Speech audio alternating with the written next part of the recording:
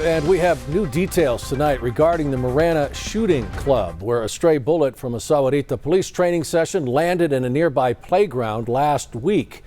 Fortunately, no one was hurt, but the incident has raised safety concerns. And News 4 Tucson's Eric Fink reports this isn't the first time a stray bullet from that shooting range ended up in the same public area.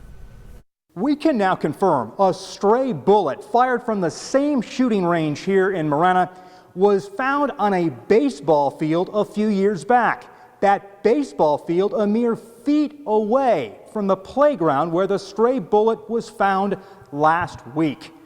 The town of Marana does not have jurisdiction over this shooting range, but they are working with the owners of the land, and now they want the Arizona Attorney General to get involved to try to find a solution here.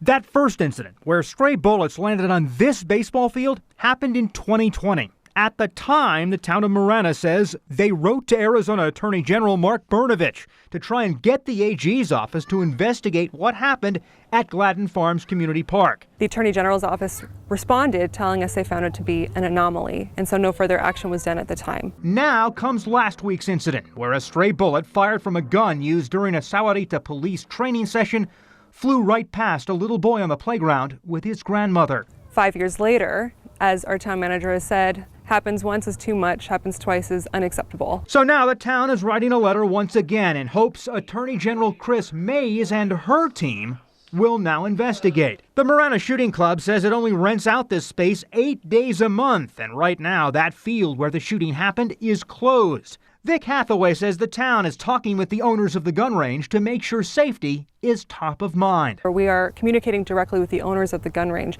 and exploring ways that we can prevent this from ever happening again, whether that is changing the orientation of the fields themselves or better signage. We lean on the gun range owners to help make those changes to make sure our community is safer. I got this response Tuesday from Abrams Airborne Manufacturing, the company that manages the gun range. Quote, "As the facility administrator, Abrams Airborne Manufacturing is reviewing all posted safety guidelines and strengthening existing range safety protocols to prevent any future occurrences." For us, the best thing that we could do is serve as advocates for the safety of our community. Now, the Oro Valley Police Department is the outside agency investigating whether or not to recommend to the Pima County Attorney's Office that charges be filed in this case, while the Sahuarita Police Department is conducting its own internal investigation. In Marana, I'm Eric Fink, News 4, Tucson.